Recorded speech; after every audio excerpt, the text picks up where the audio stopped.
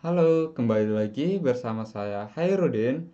Sekarang kita akan melanjutkan konfigurasi access list. Kalau sebelumnya tadi kita menggunakan standar access list, di sini kita akan menggunakan extended access list. Oke, di sini kita masih menggunakan topologi yang sama. Kemudian di sini kita hanya menghapus saja konfigurasi yang sudah kita buat. Oke, jadi kita hilangin dulu no IP access out. Kemudian kita keluar.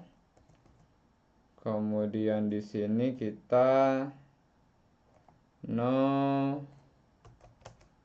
access list 1 permit dan kita hilangkan juga yang ini. Oke. No. Oh, sorry.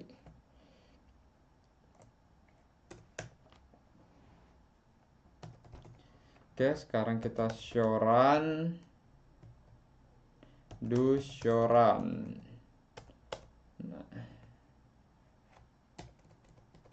Oke, akses listnya sudah tidak ada. Berarti di sini kita sudah bisa memastikan bahwa semua jaringan sudah dapat saling terhubung satu sama lain. Oke, kita tes lagi. Oke, berhasil. Sedangkan laptop klien apakah berhasil juga? Oke, berhasil.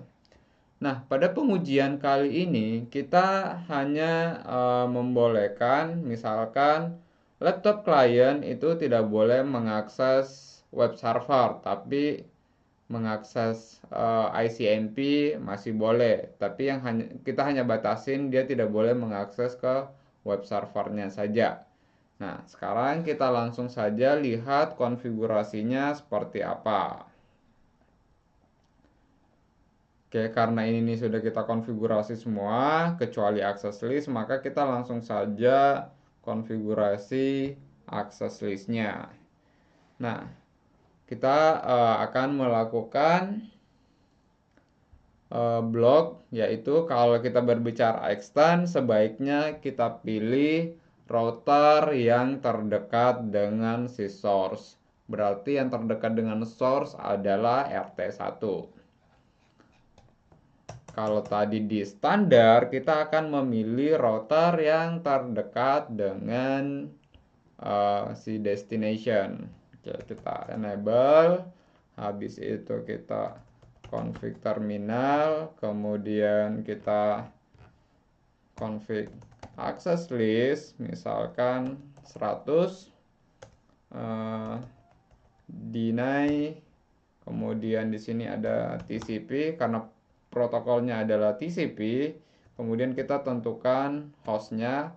Di sini bisa host kita atau bisa menggunakan langsung ke networknya. 192.168.1.3. Ini adalah IP laptop.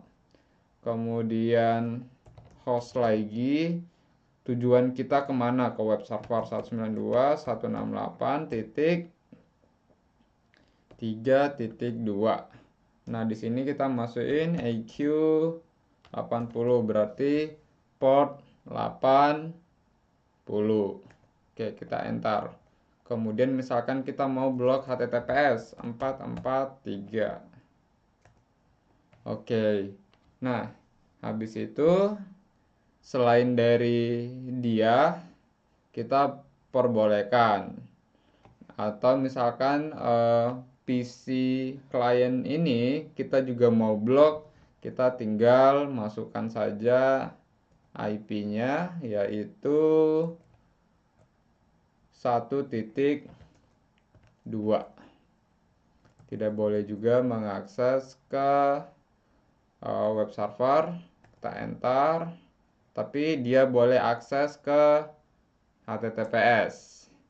Nah, udah. Sekarang kita buat satu lagi access list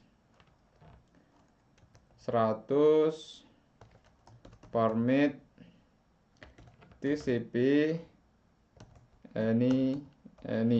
Jadi selain yang kita blok di atas itu, kita perbolehkan misalkan ke 80, kemudian ke 443. Oke. Nah, sekarang kita konfigurasi dulu interface-nya. int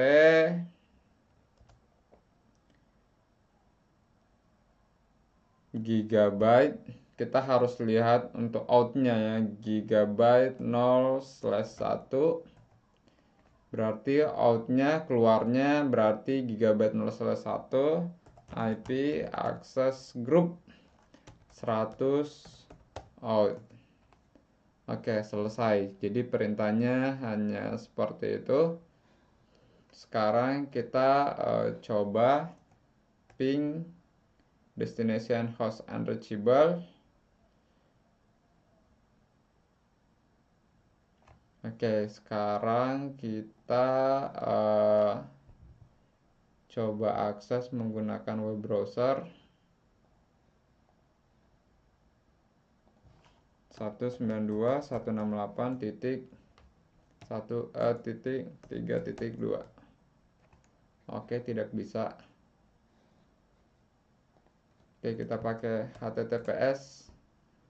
Oke, dia ke HTTPS bisa. Kemudian di sini kita coba langsung saja buka.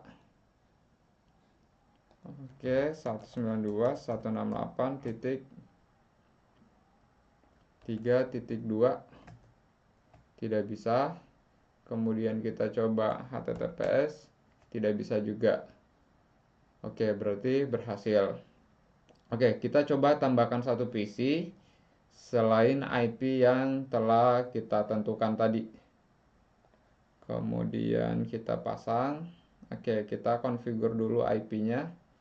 Misalkan IP-nya adalah 192.168.1.4. Oke. Kita tunggu dulu. Fast forward. Kita coba akses ke sana. Apakah bisa? 192.168.3.2. Oke, bisa. Kemudian HTTPS juga bisa. Oke, kemudian kita coba CMD ping 192.168. Oke, 3.2. Oke, tidak diperbolehkan. Jadi yang diperbolehkan itu hanya akses ke webnya saja, karena yang lainnya kena blok. Jadi di sini yang diperbolehkan, karena kita sudah batasin IP-nya itu hanya menggunakan port 80 atau 443, maka yang lain juga melakukan hal yang sama. Jadi dia hanya bisa mengakses ke port HTTP maupun HTTPS. Berbeda tadi dengan standar access list, di mana jika kita sudah blok 1, maka semuanya akan ke blok. Dan